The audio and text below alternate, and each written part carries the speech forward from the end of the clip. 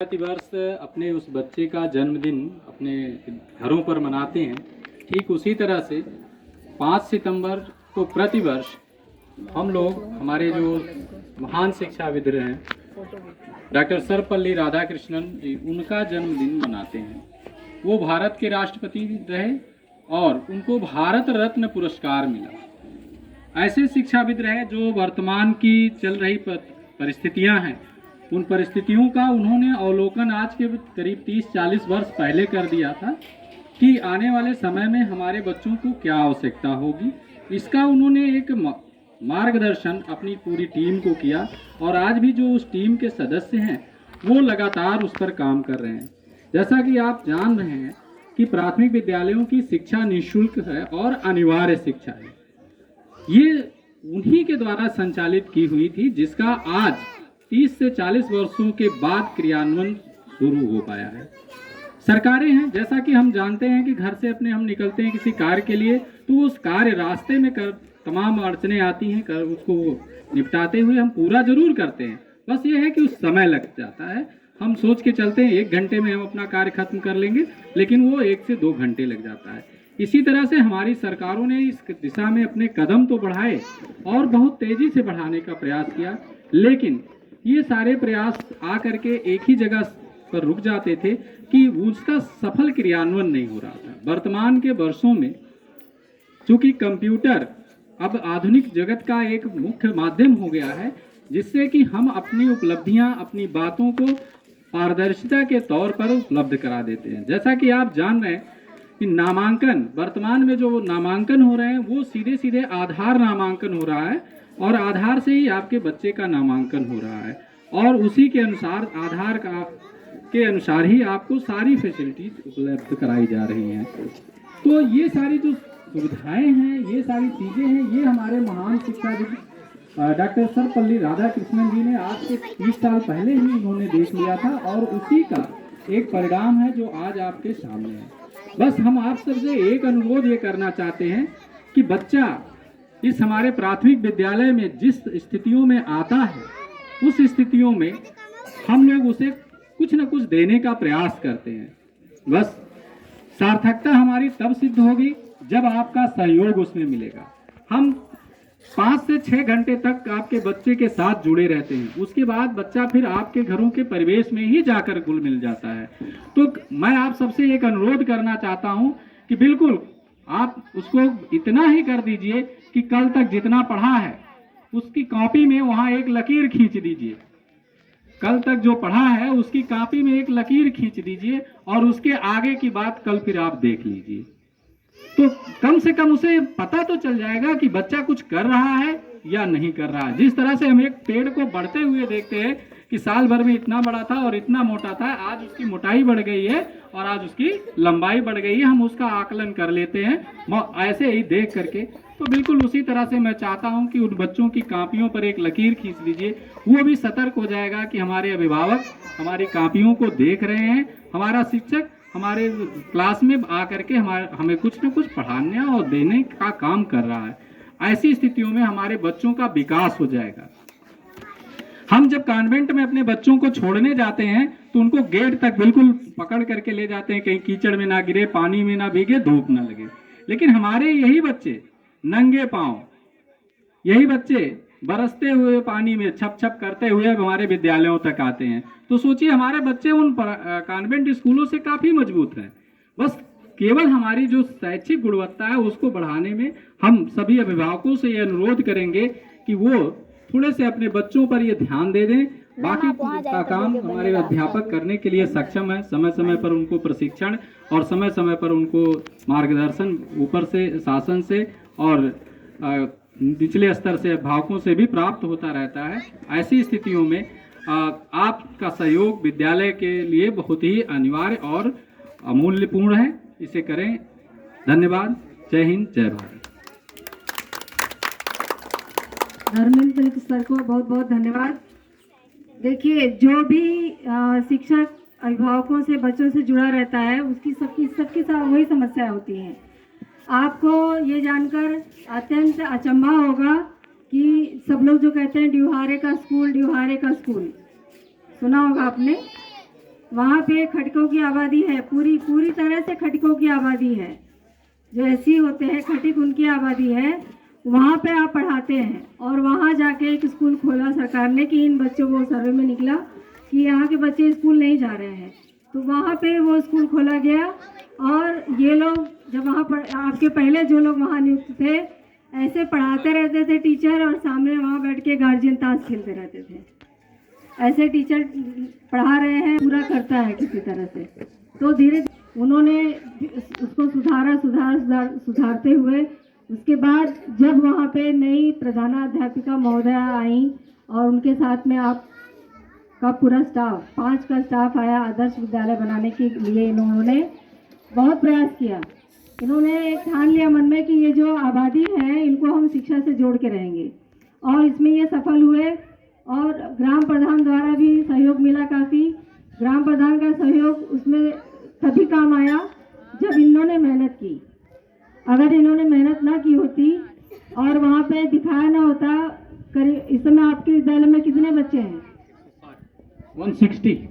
इस समय उनके विद्यालय में 160 बच्चे हैं, और 160 में जिनके खाते में पैसा नहीं गया है वो बच्चे भी ड्रेस में आ रहे हैं। आप किसी दिन भी जाके चेक कर सकते हैं। सोचिए कि जिनको आप लोग कहते हैं कि ये छोटी जाति के हैं, वो अपनी मानसिकता बदल सकते हैं, तो हम और आप अपनी मानसिकता क्यों नहीं बदल सकते? अभी गुरुजी ने कहा कि एक बच्चे पे 75,000 सालाना सर खर्च करती है। आप सोचिए, आपको क्या लगता है? अरे प्राइवेट स्कूल में जो बच्चे भेजते हैं अपने, वो 75,000 अपने बच्चे पे नहीं खर्च करते होंगे साल में? क्यों? 75,000 वो साल में कोई नहीं खर्च करता है। 75,000 खर्च जो है सालाना खर्च दिल्ली मुंबई के बच्चों का है, वहाँ के स्कूल के बच्चों का है। और एक सरकार एक प्राइमरी स्कूल पे एक बच्चे पे 75,000 खर्चा करती है, जिसमें हमारा वेतन है, इसकी रख रखाव के लिए जो पैसा आता है वो है, दाई का वेतन है, भोजन है, और भी जो भी सुविधाएं हमको मिलती हैं वो सारा जोड़ के ये हम लोगों ने एक आंकड़ा निकाला हुआ है। तो इसीलिए सरकार चाहती है कि आप शिक्षा की मुख्य धारा से जुड़े। जब आप अपने बच्चों को भेजेंगे और सकारात्मक सोच के साथ भेजिए, नकारात्मक सोच के साथ मत भेजिए कि बच्चा लौट के आए हैं, आज पहला दिन, चले हम देखें टीचर की क्लास लेते हैं, आज क्या पढ़ाई है वो। भरसक उसने उस दिन बच्चे को कुछ पढ़ाया ना हो, लेकिन उस दिन कुछ ना कुछ बच्चा सीख के गया है। कोई ऐसी गतिविधि कराई गई है जिसको बच्चा सीख के गया है, जो उसके किताब से रिलेटेड है। किताबें अभी तक आई नहीं है, लेकिन फिर भी हमारे यहाँ कक्षा 5 में लघुत्तम महत्तम तक हम लोग बच्चों को पहुँचा दिए हैं। इसी के साथ मैं आपका धन्यवाद देती हूँ और चाहती हूँ कि आप अंदर उन लोगों का साथ दें। हाँ, मैम ने इतना कह दिया तो एक बात और मैं आप यहाँ जोड़ दूँ। हमने कुछ नहीं किया है, जो किया है सब अभिभावकों ने किया है। बस हमें उनसे बात करनी थी। ऐसा नहीं है कि कोई अभिभावक करता नहीं है, करते हैं। बस काम जो है वो सब समझ जाते हैं कि हमारे बच्चे के लिए हो रहा है और सलीके से किया जा रहा है, तो वो काम करते हैं। अभी जल्द ही एक मीटिंग हमने बुलाई थी, पेरेंट टीचर मीटिंग, और लगभग 80 के आसपास के अभिभावक आ गए थे हमें बैठाने के लिए। हमारे पास इतने बड़े कमरे नहीं है कि उसमें हम बैठा लें। बस हमने उनसे एक ही रिक्वेस्ट किया, केवल एक रिक्वेस्ट, कि यदि आप कॉन्वेंट में पढ़ाते तो आज आप क्या करते। हमारे विभाग सरकार द्वारा, हमारे विभाग द्वारा जो 1200 रुपये आपके बच्चे को मिल रहा है, आप कह रहे हैं हम पैसा नहीं आया, हम ड्रेस नहीं ले सकते, कोई बात नहीं। लेकिन सोच लीजिए जरा कि अगर आप अपने बच्चे को कॉन्वेंट में ले जाते तो क्या आप उनसे 1200 मांगते? क्या आप उनसे कहते कि कॉपी किताब की जो दुकान है वहाँ जो है खरीद करके हम 1500-1600 की किताब कॉपी लाएं, तो क्या उसमें वो छूट देते? नहीं देते। इन सारी चीज़ों को अगर हम आप नहीं पा रहे हैं, सपोज कर लीजिए, मान लीजिए कि अगर आपके बच्चे को 1200 रुपये का डीवीडी तत्कालिक नहीं पहुंचा, ठीक है, कोई बात नहीं, और 3 महीने बाद पहुंच रहा है सर, 3 महीने बाद पहुंच रहा है, तो क्या वो जो 3 महीने बच्चा बिना ड्रेस के आया, बिना ड्रेस के बैठा, क्या उस बच्चे की उस अधिकार को आप पूरा कर पाए? नहीं कर पाएंगे ना। 3 महीने बाद अगर वही चीज, यही फसल लगी हुई है, इस समय इसको पानी चाहिए, इस समय आप पानी ना दीजिए और 1 महीने बाद खूब पानी इसमें भर दीजिए, इस धान की फसल के लिए कोई फायदा नहीं है। आप सब जानते हैं का वर्षा जब कृषि सुखाने, तो जब कृषि सूख गई उस समय बरसात का कोई मतलब नहीं होता है। तो जो वर्तमान की परिस्थितियां हैं, उन परिस्थितियों में आप उन बच्चों का सहयोग कर दीजिए। बाकी का सहयोग सरकार या फिर विद्यालय के अध्यापक या समाज के गणमान्य लोग वो करते रहेंगे, वो उनका काम है। आपका काम यही है कि अगर बच्चा बिना ड्रेस के विद्यालय में आ रहा है तो कम से कम उसको एक ड्रेस मुहैया करा दीजिए, जो अमूमन 300 से 400 के आसपास मिल जाता है। कोई अध्यापक ये नहीं कहता किसी बच्चे को सर कि जबरदस्ती तुम जूता मोजा पहन करके ही आओ, कोई ये नहीं कहता कि तुम टाई लगा के ही आओ। हम लोग यही चाहते हैं कि ये जो ड्रेस है हमारे बच्चों का, पैंट शर्ट या शर्ट स्कर्ट, कम से कम इतनी जो बेसिक मूल सुविधा है वो उसकी मिल जाए। इस बात को हमारे वो अभिभावक बहुत गंभीरता से लिए, और मैं आज बता रहा हूं आपको कि 99% बच्चे ड्रेस में आते हैं। जिनका मैंने अभी एडमिशन किया है इस महीने में, सितंबर में 3-4 सितंबर जो बीता है, वही बच्चे केवल विदाउट ड्रेस सर आ रहे हैं। उन लोगों ने अपनी जिम्मेदारी समझी है। जबकि आप जान ही रहे हैं कि नगर जो खटकैया कहते हैं, वहाँ के लोगों की क्या स्थिति है सुबह शाम की, फिर भी वो इतने सक्रिय हुए हैं कि उन लोगों ने अपने बच्चों को पूरा ड्रेस, जिन बच्चों का नामांकन नहीं हुआ है, जो गार्जियंस जागरूक हैं, उन्होंने उनका नामांकन कराने के लिए ड्रेस पहले लिया, नामांकन कराने के लिए बाद में लेकर के आए। तो परिणाम तब सार्थक होगा जब आप सब सहयोग करेंगे, और इसी सहयोग की अपेक्षा के लिए ही यह शिक्षक दिवस जैसा कार्यक्रम संचालित किया जाता है या बनाया जाता है, जिससे आप लोग जुड़ें और ऐसा काम करें। धन्यवाद। जय हिंद, जय भारत।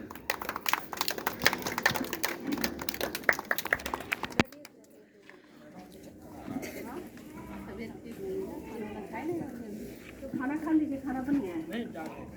खाना बना, दवा भी नहीं खाए खाना आप लोगों के लिए बना है।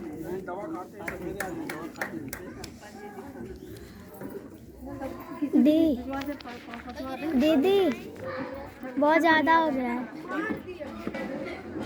हेलो, इसी क्रम में मैं अपने पुराने छात्रों को सम्मानित करना चाहूँगी एक युवा साथी द्वारा। आइए अखिलेश भैया।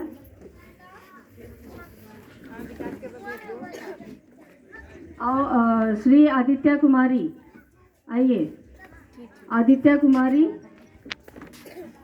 इनको विद्यालय की तरफ से ये दीदी इधर देखिए, पेन और ये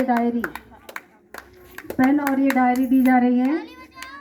ताली बजाओ सभी बच्चों, क्यों, जिससे कि ये भी शिक्षिका बनने जा रही है भविष्य में। तो इस डायरी को प्रयोग में लाएंगी और अपने जो भी अनुभव रहेगा, मैं तो ये कहूँगी कि ये अब एक कहानी लिख डाले, किताबी, उसको हम लोग छपा प्रकाशित करवा देंगे। हाँ हाँ, ये पुरानी मिल रही है इसकी काटना। हाँ, बहुत बहुत धन्यवाद। चलिए आएंगे। अब जो है मैं चाहूँगी आपको वो एक उठाइए। मुबस्सरा, हमारी पुरानी छात्रा यहाँ पे हमारे बीच में उपस्थित हुई है। आओ। वैसे तो और भी छात्र उपस्थित होते, लेकिन वो पढ़ रहे हैं, तो ये हाँ इसको देना है। तो ये जो है सर जी के द्वारा इसको भेंट किया जा रहा है। आज के दिन ये कलम बहुत महत्वपूर्ण है, इसीलिए मैंने कलम ही रखा चुना। कलम और किताब की शिक्षक दिवस पे इससे अच्छा तोहफा किसी बच्चे के लिए नहीं हो सकता है। वो इस कलम को की महत्व को समझे। हाँ, अभी जो है आप लोग बैठेंगे, नेहा मैडम द्वारा, जयशंकर प्रसाद द्वारा रचित एक कविता कलम का सिपाही, वो सुनाया जाएगा। वहाँ हम लोग हवा में बैठेंगे आराम से। तो इसी के साथ मैं सबका आभार व्यक्त करती हूँ और कार्यक्रम का समापन करने की घोषणा करती हूँ। जितने लोग आए सबका बहुत बहुत आभार, और इसी तरह आप लोग आते रहिए। धन्यवाद। अभी बैठिए आप लोग। मुझे यहाँ अपने बीच एक युवा साथी के बारे में कहना है कुछ, लेकिन देख रहे हैं कि जो हमारे अतिथि आए थे इसमें सब बुजुर्ग लोग हैं,